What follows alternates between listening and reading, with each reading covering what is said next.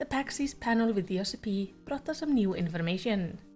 The panel had two main focuses: to look back at the past of what they've learned as they made, and to look towards the future, with Dawntrail, the release date, and even what is coming in the special edition. They started the panel by looking past, noting the incredible amount of people that have actually registered for the game. During the start of Heavensward, there were 4 million registered Final Fantasy XIV accounts, while today there are 30 million accounts instead. Though of course, make note, not all of these accounts are active, but still it shows how many people have gotten a chance to try the game. Then Yoshi-P went through the expansions, noting kinda how each one of them seemed to have their own challenges. In A Realm Reborn, they were rebuilding the game. They released with plenty of server issues, including long queues and some instability.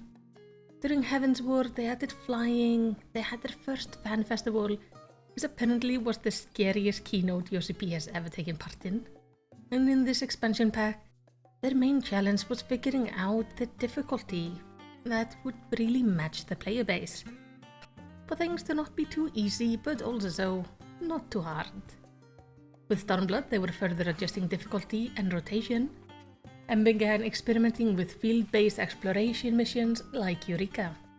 They added swimming in the underwater zones, and began focusing more on breadth of content, including things like Dome and Mahjong. Of course, through the years as they've tried out a lot of different things, it has not always been a success. But Yoshi-P says that it's the trying out that has really allowed them to have the breadth of content they have today.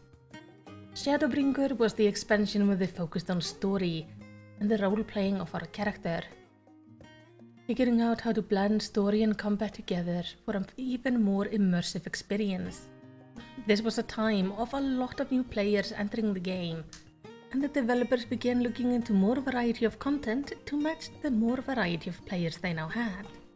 And with that we went into Endwalker, which focused heavily on solo player experience, as there are actually a lot of players who prefer to have a lot of solo content.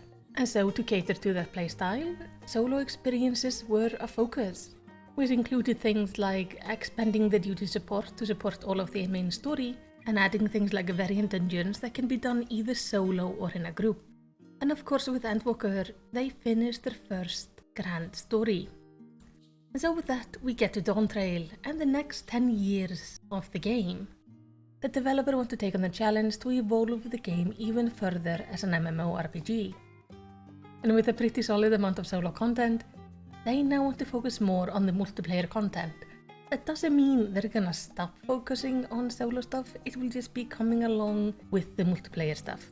And this means they're looking back into things like large-scale duties, like Eureka and Bosha. In fact, it seems that quite a bit of things are being developed at the moment, even though they're not being mentioned. But the goal here is variety, as they have a large player base that likes different kind of things. The other thing they want to add is a more fulfilling game experience.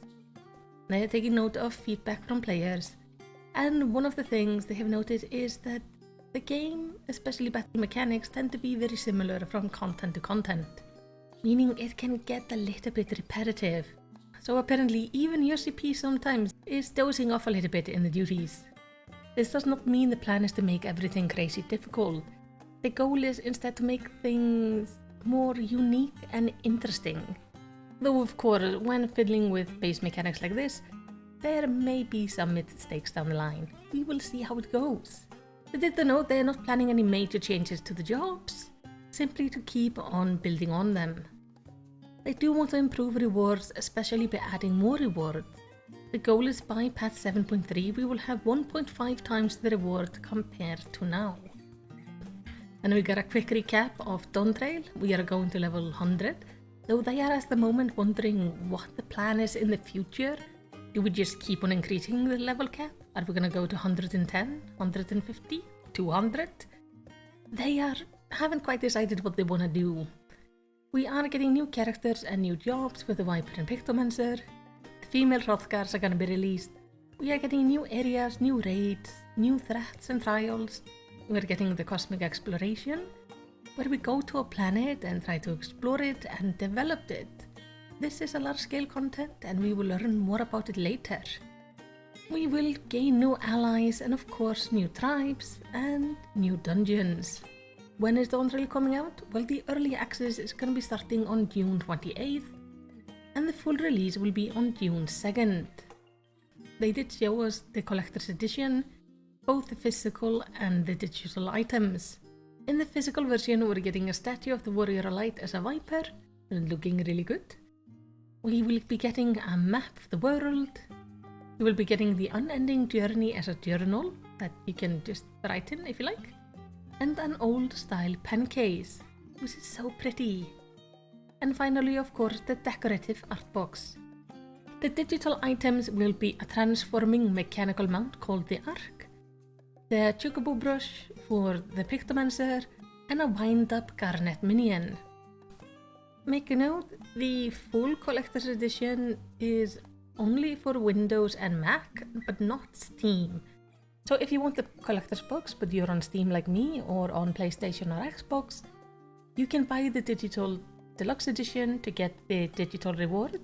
And if you want the physical rewards, they will actually have the collector box as a specific sale on the store. They will have a website ready by March 26th when the pre-orders open that will explain all of the editions and how to get them.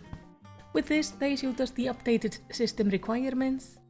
For PC, make note that there have been some changes to the minimum requirements since the last time we saw them, and the system requirements for Mac have also been updated. Also, just be prepared for when the patch for 7.0 comes out with the graphic update. It's gonna be a big patch. Make sure you have space for it, and just hope the download goes quickly. They did not say how big, but it sounds like it's gonna be pretty big. Now if you pre-order the game, you will get the Wind Up Zidane minion, the Asima's earrings, which are just another XP earrings with 30% increase when defeating enemies, and of course the early access. And the final update was that Final Fantasy XVI crossover questline will be starting from April 2nd till August 5th. And that's a quick recap of everything we got to know during the panel. Tell me, are you gonna pre-order the game? And what do you think about the Collector's Edition rewards this time around? Let's talk about it down in the comments, and while you're there, throw me a commentation by liking and subscribing. And in the end, all I wanna say is takk fyrir að horfa og eigðu yndislegan dag.